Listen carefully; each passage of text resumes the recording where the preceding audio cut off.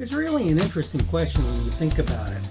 It's not great because you have to ask a question that you'd really rather not discuss, but the basic idea is, whence comes slavery? Where did slavery come from? Why does it happen? What causes that to occur? Well, that's what we're going to talk about today on the Daily Summation from Kurt's Religion and Politics. I'm your host, I'm Kurt, and I'm glad to have you here today, whether on Rumble, on the podcast, or on YouTube, whichever place you happen to be coming here from. And again, the subject for today is whence comes slavery? And I'm going to read my notes as I typically do, so this will give you a little bit of an idea of exactly where we are.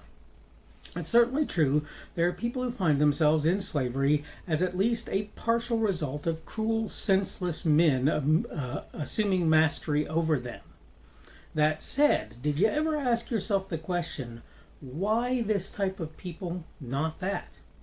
People will make the argument that things like race are major players, but the reality is, one way or another, just about every people group has had folks among them in the position of at the very least, indentured servitude. And really, we can say slavery across almost every facet of humanity. Why is that? It's definitely a fact that circumstances play into slavery. That said, I would argue it's far more true that attitudes and outlooks are a much larger factor in most cases. That's the end of my notes, so allow me to proceed.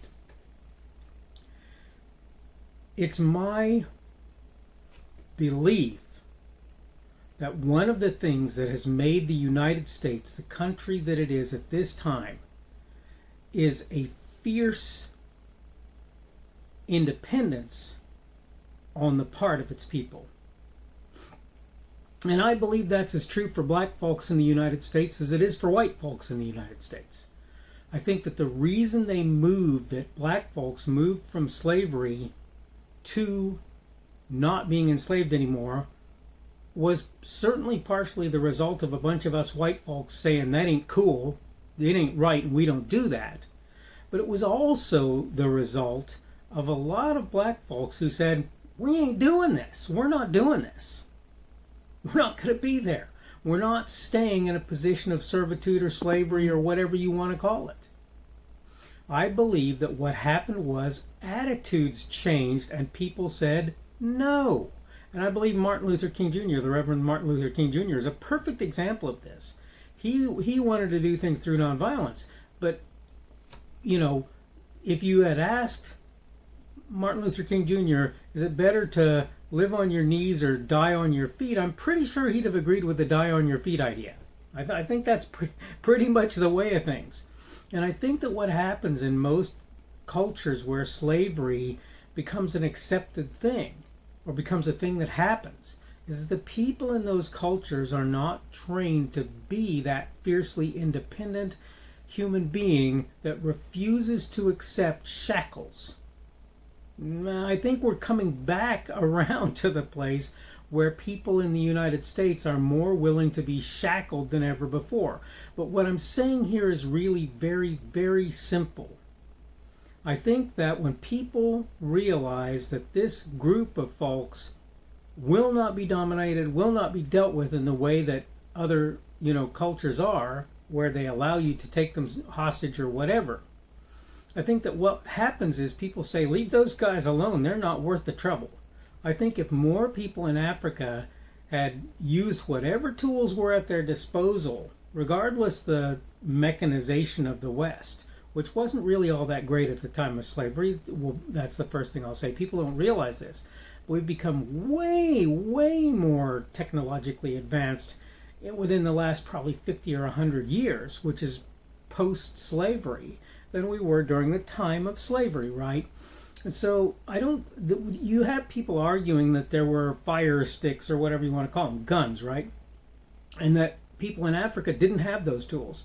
But the fact of the matter is, when people in various European countries who did not have the more advanced weapons fought people who did, except for the crazy idea, as it were, of chivalry, right?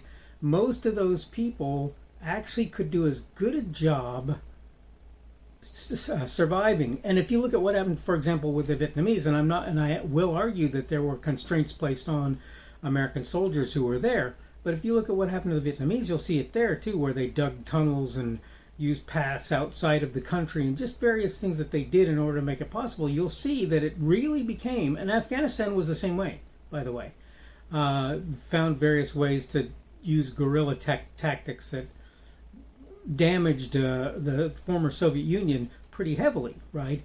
And the point is, there comes this point where you decide for yourself, we're gonna break loose of this, and we're just gonna leave it alone, right? People will not try to, whether it's enslave or lord it over or whatever, people who fight back most of the time. One way or another, they won't. A person like me is more in danger of slavery than lots of people, because I believe that as a Christian, I'm called to work within the circumstances I find myself in as much as I can do so. But I'll just tell you that most European heritage individuals, and I think most African heritage individuals in the United States today, if you told them you're going to be a slave, they'd go, not going to happen. Now, there are ways to coax them into a sort of servitude or slavery, and I'll grant you that. But the reality is, for most people, the thing who were not among the slaves, those who were taken as slaves, the thing that kept that from happening is they said, not going to do it. And they just didn't. And people died as a result. People were told, you're going to do this, and they said no. And they fought until they either died or they won.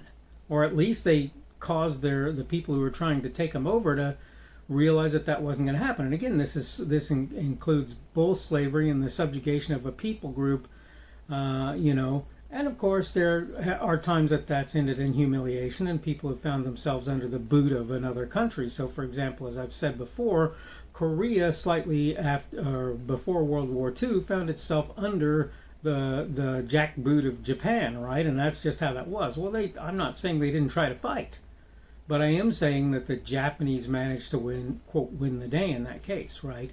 But my point is, the thing that actually causes slavery is to have a mentality or an attitude that tells people that you're ripe for the picking in that regard. That, to me, I can't put it a better way. I don't know a better way to put that. Again, am I saying that there's no action on the part of some horribly immoral individual trying to put people into slavery? No, I'm not saying that. Of course that's true. That's another part of the puzzle, right? But one part of the puzzle that I think too many people ignore is the part that says, I'd rather stand on my feet and die in the process than live on my knees. That's I don't know a better way to put that. This is how slavery is done away with, wherever it occurs. And part of that process is people breaking free from the slavery and figuring out how to attack those people who are implementing it. I mean that, really attack them physically, mentally, emotionally, psychologically, put themselves into a situation and put the people who are subjugating their populace into a situation where they consider that it's not worth it to be there. This is one of the biggest parts of slavery. Again, the other part is typically that you've got somebody who decides that it's reasonable to enslave people and that they have the power to do so. I'll grant you that. That piece is there, and there's no doubt. But the other part of it is people saying, well, just going to have to live on my knees, and my answer to that is not really. Not really. You don't have to do that. Now, let's be fair. If you don't do that, the possibility is good that you're going to end up dying on your feet. Okay? You have to consider that that's a possibility. But here's the thing. There's that whole concept of planting the tree that you don't ever feel the shade of. In other words, you work to make it so that your children, grandchildren, or whoever live to see the benefit of your actions. That's something that you can do, and that's something that you should do. But this is my attitude. My attitude is, if you refuse to accept slavery, you may still receive it, but guess what? At least you did what you could to throw off that yoke. All right. I'm going to go ahead and wrap up. This is the Daily Summation from Kurt's Religion and Politics. I'm your host. I'm Kurt. Today is Wednesday, the 23rd of June of 2021. That means tomorrow will be Thursday, the 24th of June of 2021. Glad to have had you aboard today, whether on Rumble, on the podcast, on YouTube, wherever. Remember, Rumble is my preferred platform. You can give me a positive Rumble, the plus sign, negative Rumble, the minus sign. Sometimes it's a boxing glove toggled on and off on Rumble. You can give me a like or a dislike, a thumbs up, thumbs down on YouTube. You can subscribe to me on any of those, as I say in the thing that comes after this. You can also give me a comment to let me know how I'm doing, whether or not what I'm saying is meaningful, worthwhile, etc. Today's subject has been Whence Comes Slavery, and tomorrow we're going to talk about the subject of love is love. And I want you to know that my attitude about that is maybe a little different than what you have seen before. All right, I need, as I say, to go ahead and wrap up now. I hope you're having a good day. Today is Wednesday. I think I might have said yesterday that it was Wednesday. I was wrong if I did. Today is Wednesday, so it's that middle of the week day, and we're moving ever closer to the weekend and closer to my son's actually finally getting into his summer vacation. Hope you're doing well today. Hope things are going well for you, and hopefully we will see you on Thursday's edition of the Daily Summation. The speaker on this edition of the Daily Summation is Kurt Schubert. This video is recorded on Wednesday, the 23rd of June of 2021. The Daily Summation is created for Kurt's Religion and Politics.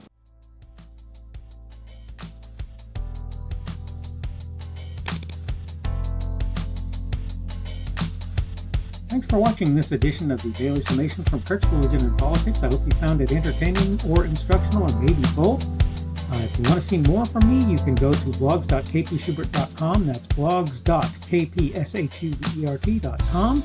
I am on Twitter, Parler, and Minds.com. My handle on each of those is @kpschubert. That's @kpschubert. I have a Rumble and a YouTube channel. They are the Kurt's Religion and Politics channels on Rumble and YouTube.